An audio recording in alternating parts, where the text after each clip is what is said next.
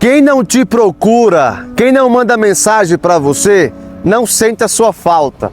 E quem não sente a sua falta, não merece o seu melhor, não merece a sua atenção, a sua dedicação.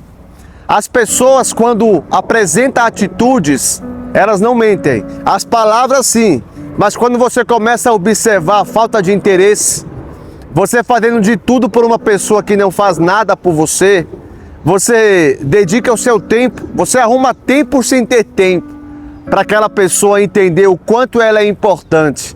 Mas parece que quanto mais você mostra para ela o quanto você o ama, mais ela te humilha. Cuidado, não dê o seu melhor para quem não merece.